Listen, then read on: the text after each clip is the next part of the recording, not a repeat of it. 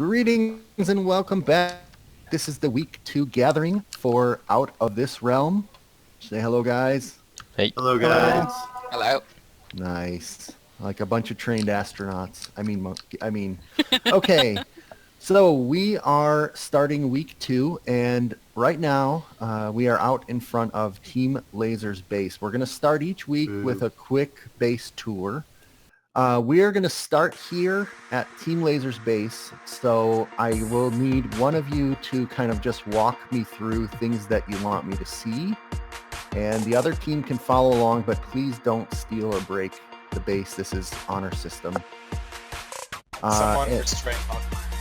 And so the things I'm looking for your general, like your shelter, that's worth 1 point. I'm looking for your food source, that's worth 3.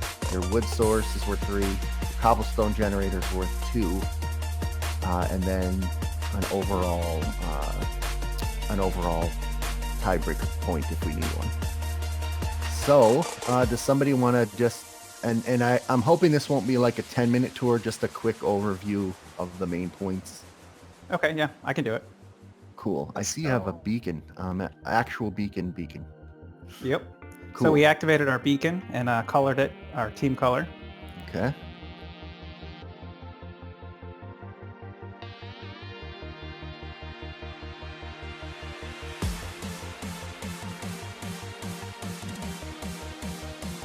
All right, we're here outside of Team Hex Lab's base. Doesn't look like much of a base up here, guys. What happened? The buildings got wiped out? Yeah, totally. We decided to preserve the natural landscape. Oh. Except for that. That's why there's holes everywhere, you know.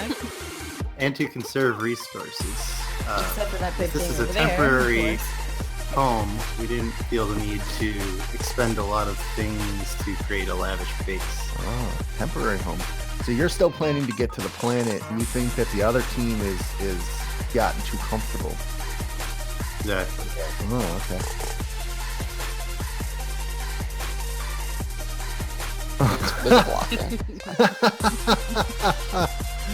Oh, nice. As we were establishing our base on this planet, we heard tell that lasers had found the core of Moon and had begun harvesting. So in order to protect the energy of the core for future generations, Team Hex Labs built the Gecko Core Harvester to extract and store all the energy and preserve it for future generations. So now this is just for fun, right? The Gecko? Nothing is for fun when it comes to science. Everything is for the progress of the human race. Oh, okay. First, award the point for the overall shelter. That's going to go to Team Lasers. Woohoo! For food source, I was actually going to go with Team Lasers because you have the wheat. However, I'm going to give the 3 points to Team Hex Labs because they also have the fishing pond. Yes. So Hex Labs is now on the board. Wood source is about equal. We have 2 wood farms. I think our wood farm is larger. But ours looks better. And ours has 2. Above and below. And we have 2 types of trees. Oh, yes. We have several types of trees. We just choose only one. Ah. We're preserving the saplings for the future. We're creating more saplings for the future. Oh, the fire. Okay, so arguments that I heard were quantity of trees, which it sounded like Team Lasers has more room in their tree farm. And I heard number of types of trees was the Hex Labs, although that really is just reflective of what was gained in the ship. I'm going to go ahead and give it to Team Lasers. Yes. So that's 3 points. And then the cobblestone generator, I'm going to give that to Hex Labs. And that's 2 points. All right, so at the end of the base scoring, we see Team Lasers ending up with 9 points. That includes the 5 from their original, that includes the things from week 1. And Team Hex Labs is at 5. It's still anybody's game. And now we're going to award an individual point for the biggest contribution to the future of humanity. So everyone has been given a writable book. You're going to write one person's name. It has to be one of the 8 people here. Otherwise, you're throwing away your vote. So go ahead, write a name in the book. You can sign it if you want me to know who you voted for. You don't have to sign it. And when you have those, just come and throw them at me, and I will tally up. Who did the most? Who was the biggest contributor to the future of humanity so far? And it could be a tie, in which case nobody gets points. All right, so now I've mixed up the votes in my inventory, and the first book, the vote is 1 for Box. Second vote, 2 votes for Box. The third vote is for Falm. So 2 votes for Box, 1 vote for Falm. We have a vote for Baker Bell. We have a second vote for Falm. So far we have 2 for Falm, 2 for Box, 1 for Baker Bell. We have a Hawk Miner. We have a Comsger. And a third vote for Falm. So 3 votes for Falm. Falm gets the individual contributor vote for adding to the future of humanity in week 1. Nice work. Now, in addition to the Brightmoor, there was a second ship following behind, and this ship was called the Bongo Corp Nostromo. It was an ARC ship carrying livestock as well as some ore and other materials as cargo. Now, because it was focused on transport, there was only 1 co-pilot aboard with the ship's AI, and over the 4-month journey at light speed, which, by the way, the historians may be interested to know that when we talk about light speed is the opposite of heavy speed. So in this future, speed is measured by weight and not by distance, because that's my retcon for what I said in week 1. So over the 4-month journey, a rotation was set up. So each of you has had a turn piloting the Nostromo. And it just so happened that Falm was the pilot aboard at the time the pirates attacked. Now, the pirates showed up, and some of you were wondering, the astute of you, like Comsger, were wondering why the pirates just started attacking. Well, they wanted to destroy the Brightmoor so that they could easily take the Ark and all of your cargo. It was an easier target. However, Falm had worked with the ship's AI and programmed some basic evasive maneuvers. The Ark managed to escape the pirates into the ice ring, although it did suffer some damage, and Falm was actually forcibly ejected by the ship's AI. Perhaps the ship's AI has been damaged. It's not really clear. But Team Lasers, in addition to your other wonderful prizes, you get to come up with the name for the ship's AI. So you guys talk as a group for a minute, and then let me know what we're going to call the ship's AI. We have decided upon a name. Box, hit it. Q Magnet. Oh boy. Okay. Excellent. Q Magnet it is. The ship's AI Q Magnet. I am going to go and hide the ship's AI, and I'll be back in a minute. So again, you guys are on the honor system not to break into the Nostromo. But you can look around, and if you want to, well, I'll let you guys do what you're going to do. Okay, so Q Magnet, the ship's AI, is located in the cockpit of the Nostromo. Now, when the engines were damaged in the ice ring, the Nostromo was in a decaying orbit until yesterday when it came crashing down on the moon. And your suit sensors indicate that the ship's AI has put the ship on lockdown.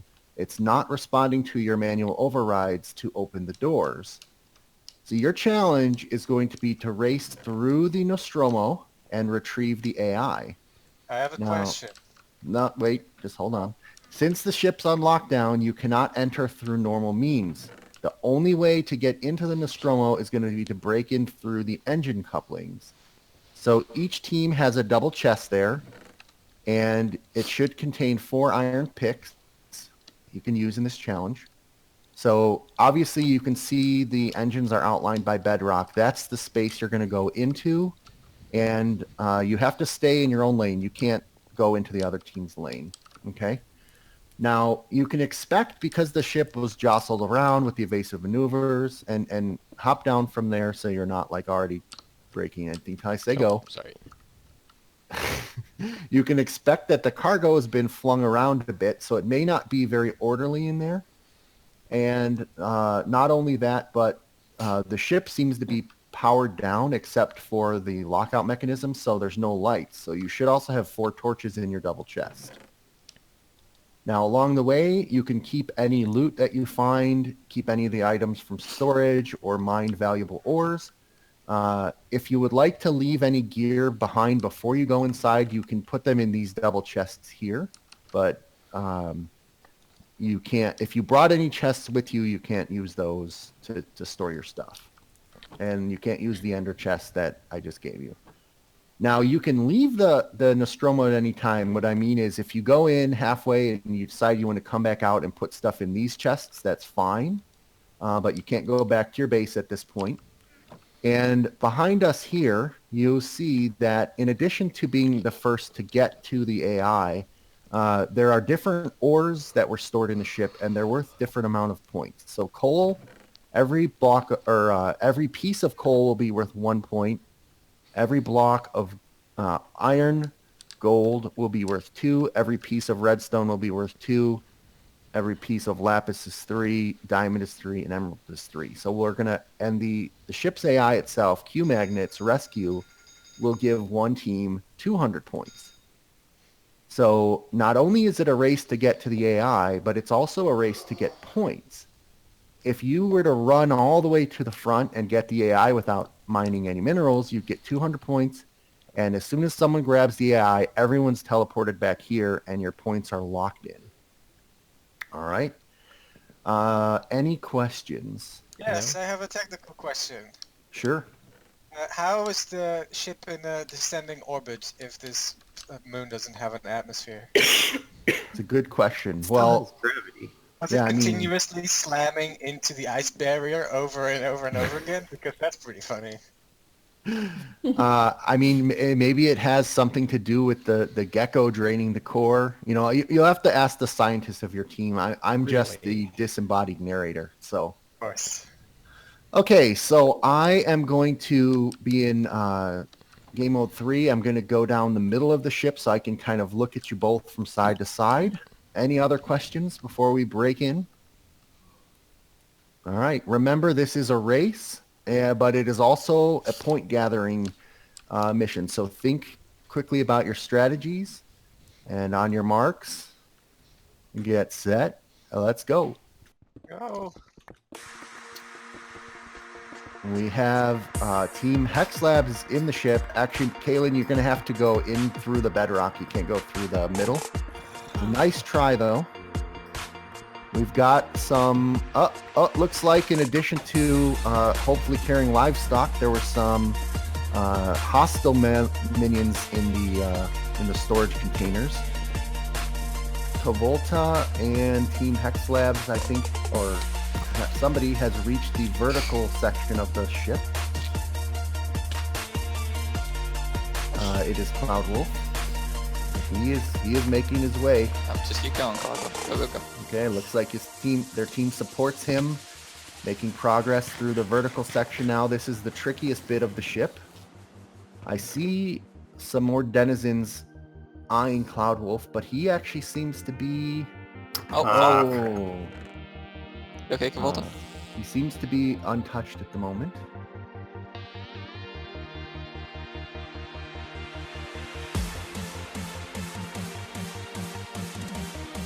All right, the cockpit has been breached, but has not been entered.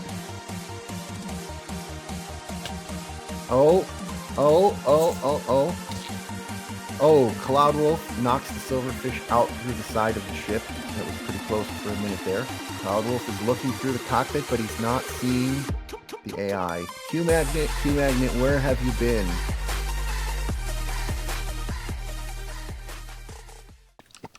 And we have a Fareoh. winner. Whew, We got have a it. winner. I got out with a bunch of stuff, guys. It's okay. Good thing you did, because I was on like 2 hearts. So we'll wait for Team Lasers to rejoin us. Just All right, so the scores have been updated. Team Hex Labs has pulled ahead by 1 point. It is 10 points to 9 points from a team perspective, and everyone on individual perspective is within 2 plus or minus 2 points. So it's still a close game, but we have several weeks more to go. Now, the winning team, if you'll follow me over here to the spawn area and to the hologram image of planet 312C, the winning team gets to choose the next pod to load into the terraforming pod. Sorry. Where's the one from last week? Your choices are, well, you can see the planet Turn it green. has been turned green. So there's going to be grass and trees on the planet once we actually get there. So your options for the terraforming pod, since you, Team Hex Lab, since you haven't won yet, I'm assuming it's going to be industrial materials. However, I'll give you the option if you want to add more flora, fertile soil, water, wealth minerals, or mystical energy minerals to the terraforming. Industry. I think we have to go with our original choice, right, guys? Yeah. Yep. Industry shall lead you to victory. All right, so Team Hex Labs, if one of you wants to come forward and receive the module, you have agreed that you're going to pepper the clouds with industrial minerals, coal, That smog irons, going in things there. like that. Where should we put it, guys? Just go ahead and stick it on the planet anywhere. I don't think it matters. And it will propagate over time. All right, so the ship's AI, Q-Magnet, confirms that there was livestock in the Nostromo. And as you all well know, since you had all been rotational pilots, and those pods were ejected before it crashed. So hidden across the moon or scattered across the moon are 9 pods. Each one has a different type of livestock or animal or mob in it. What your goal is this week is to build some type of an animal pen or shelter at your base to hold the new livestock that I assume you're going to be going out and gathering up. So what you're going to want to do is you're going to want to light up your base because apparently the hostile mobs have broken free during the crash and they may start appearing on the moon. Oh, no. And you're going to be scored next week on each type of mob that you have in your pen. So, for example, if you only have cows, you'll get 1 point. If you have cows and chickens, you get 2 points, etc. Doesn't matter the number of mob, just the types of mobs. If you have hostile mobs in your base, you'll get points for those too. Oh, Are any certain mobs worth more points? No, all mob will be worth 1 point each. Skeleton creepers are worth Alright. 60 points. Now, no. So the other thing that you need to build some point during the week is a solar array, which means a daylight sensor, and a communications array of some kind. It can be any kind of style or look you want, but it needs to be some sort of communication device because the way things are going, we need to report back to Realm Smalek and let them know the progress, or else these videos will never make it to historians. Now, throughout the week, you can continue to loot the Nostromo however you like. It doesn't matter which side you go on, so you can, but not yet. And there's one more thing that I need to do, which is, as I said, the mobs have escaped. So things are about to get dangerous. Are you ready? Yeah. All right. Hey guys, so pretty much after we did the whole challenge of the week, I went back to loot the Nostromo and I actually ended up dying, which really sucked, and then I made it back and got most of my stuff back, but Comsger took some of my stuff, which that really was bad. I wasn't expecting there to be mobs down in the ship. As you can see there, I died, but I wasn't expecting there to be mobs in the ship because the first time I went through, there wasn't any. I didn't see any cave spiders, and that must have been what Ron was talking about by he seemed to have avoided them. I didn't see him. Anyway, But I ended up dying a couple more times, actually 7 times, so I mean, I guess I'm going for the highest negative score. If you look at the scoreboard on the side, we're winning right now with 10 points to 9, and the negative points and whatnot, I'm at -2 because I died 3 times the first week. Anyway, so we're going to be recording the next week, this weekend on Saturday, and I'll release it next Thursday again. And I don't know what exactly is going to happen, but as of right now, we have a lot of mobs that we just made spawn naturally on grass, and I was able to get most of the pod spawn eggs, but I died with 2 of them, so that was I guess a disadvantage for both teams. I mean, they miss out on 2 more spawn eggs, but we also miss out on 2 more spawn eggs. So I think the amount of mobs we have after looking at their bases, which, by the way, cheating was taken off. Well, stealing was taken off, so you're not allowed to steal from other people now. So their base has pretty much the same amount of mobs as ours, just a couple different kinds. And we're still trying to get some more mobs, and we're also working on our different things that we have to do for the week. We already have our daylight sensor, but we're trying to make it look nicer. Anyways, guys, sorry for the length of the video. This one seemed to be kind of long as well. I mean, I guess you can just expect it to be at least 15 minutes with this little added part at the end. And as for the video itself, I did cut up a lot of the audio. If you were there and you're watching this, you may not remember the events the same way because I kind of cut the audio so only certain lines were said at certain times when I did this fast forward, but I just tried to make it put in the most interesting stuff as possible.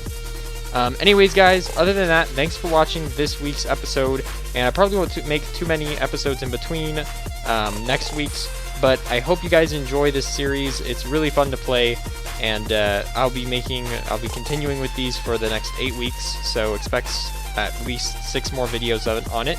Other than that, guys, thanks for watching, and I'll catch you all later.